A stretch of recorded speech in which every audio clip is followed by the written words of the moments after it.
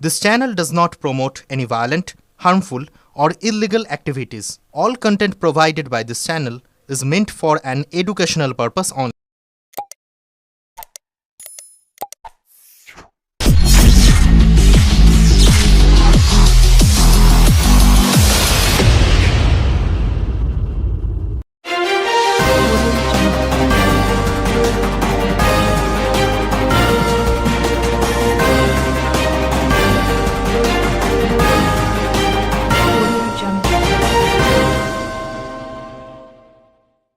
SIR নিয়ে কল্যাণ বন্দ্যোপাধ্যায় বলেন, SIR বিজেপির অঙ্গনে হিলনে হচ্ছে। নরেন্দ্র মোদী, অমিত শাহ এবারে ইচ্ছা করে 1,30,00,000 ভোটারকে লজিক্যাল ডিস্টেন্সের ভেতরে রেখেছে। এখন প্রত্যেক বাড়িতে সবার কাছে নোটিশ আসছে। এসআইআর নিহাকারী হয়ে গেছে ইলেকশন কমিশন। মতো জোকার কেউ নেই। এরা ভারতবর্ষে নাগরিকত্ব কেড়ে নিতে বসেছে। সূত্রের খবর, ইলেকশন কমিশনে একজন উচ্চপদস্থ বিরুদ্ধে তদন্ত করছে। সেটা যদি বাঁচাতে চায় তাহলে নরেন্দ্র মোদী, অমিত শাহর কথা মতো চলতে হবে। ইডি ও রাজ্য সরকারের বিরুদ্ধে যে কয়েকদিন যাবৎ টানাটানি চলছিল সে নিয়ে কল্যাণ বন্দ্যোপাধ্যায় বলেন, ইডি সুপ্রিম কোর্টে গেছে, সেই কারণে ক্যাবিনেট ফাইল করেছে।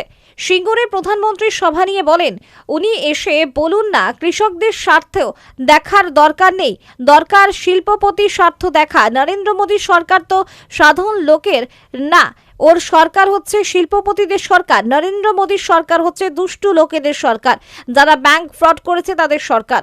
উনি এসে বলে দিক কৃষকদের স্বার্থ দেখবো না। সুপ্রিম কোর্ট তো বলেই দিয়েছিল যে ডিসিশন নেওয়া হয়েছিল সেটা ভুল ছিল। নরেন্দ্র মোদী কি সুপ্রিম কোর্টের ওপরে, নাকি ও যত আসবে তত বিজেপি হারবে? নাম কাদের বেশি বাদ দিচ্ছে। ব্যুরো রিপোর্ট, আমার কলকাতা নিউজ। এসআইআর গোটা প্রক্রিয়াটা তো বিজেপির কথাতে হয়েছে, এটা নতুন কিছু না। নরেন্দ্র মোদী, অমিত শাহ ডিরেকশনে এই সমস্ত এসআইআর হচ্ছে। এবারে ইচ্ছে করে ওই 1,30,00,000 লোককে লজিক্যাল ডিসক্রিপেন্সির মধ্যে রেখেছে। এখন অবস্থা হচ্ছে প্রত্যেক বাড়িতে প্রত্যেকের কাছে নোটিশ আসছে। প্রশ্ন কি, আমি মেয়েকে জিজ্ঞেস করছি তোমার বাবার সঙ্গে তোমার বয়স এত কম কেন, ডিফারেন্সটা কম কেন? এটা কি ইলেকশন কমিশনের দেখার ব্যাপার? কার বাবার বয়স কত আর কত ইলেকশন যেতে বয়স? যাদের 2002 সালের নাম রয়েছে তাদেরও নাম, তাদের কাছেও নোটিশ পাঠাচ্ছে। মানে যা পাচ্ছে তাই করছে। একটা ইডি, সিবিআই দিয়ে, ইলেকশন কমিশন দিয়ে, নরেন্দ্র মোদী, অমিত শাহ ডিরেকশনে এইসব চলছে। এসআইআরটা একটা মকারি হয়ে গেছে। এসআইআর আজ তোমার মকারি। ইলেকশন কমিশনের মতো বড় জোকার বলে ভারতবর্ষে কোথাও কেউ নেই। শুধু জোকার নয়, এরা ভারতবর্ষের সিটিজেনের অধিকার কেড়ে নেওয়ার জন্য ব্যস্ত। দে আর ভিন্ডিকটিভ। আর আমার কাছে একটা খবর আছে, আমি জানি না খবরটা যেটা এসছে সেটা হচ্ছে ইলেকশন কমিশনের মধ্যে কোনো একজনের রিলেটিভের বিরুদ্ধে সিবিআই কেস রয়েছে। এখন তাকে প্রেশার দিচ্ছেন প্রাইম মিনিস্টার আর হোম মিনিস্টার, যেগুলো না করলে তো সিবিআই দিয়ে ধরানো হবে। এখানেও ইলেকশন কমিশন সিবিআই অন্য তদন্তের টিমকে চাপ দিচ্ছে যে ইলেকশন কমিশন যেন ঠিক মতো কাজ করে।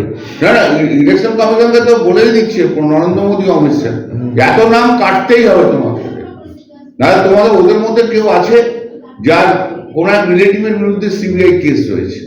এটা লেটেস্ট জানতে পেরেছি।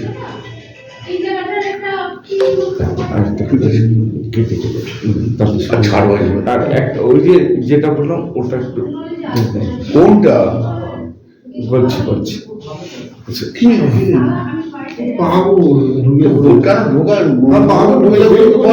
মহিলাদের দিয়ে বার করবে।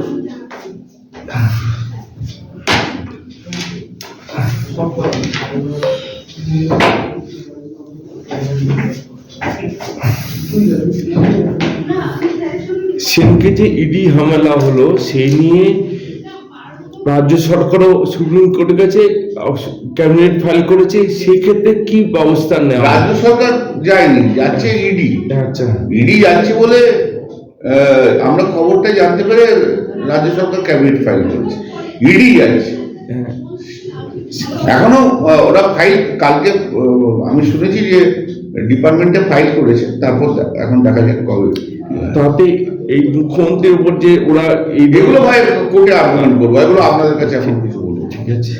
আর সিঙ্গুরে সেই প্রধানমন্ত্রী এসে সভা করছে সেই বিতর্কিত জমি নিয়ে, সেখানেই সভা করছে, এই নিয়ে কি বলবো? না না, যা ইচ্ছে করুক, ও এলে গেলে কিছু হবে না, ও কিছু নেই, ও যে বলুক না যে না কৃষকদের স্বার্থ না শিল্পপতিদের স্বার্থ দেখার দরকার আছে। সরকারটা কি? নরেন্দ্র মোদীর সরকার তো সাধারণ মানুষের সরকার নয়। নরেন্দ্র মোদীর সরকার হচ্ছে শিল্পপতিদের সরকার। নরেন্দ্র মোদীর সরকার হচ্ছে সব স্মাগলারদের সরকার।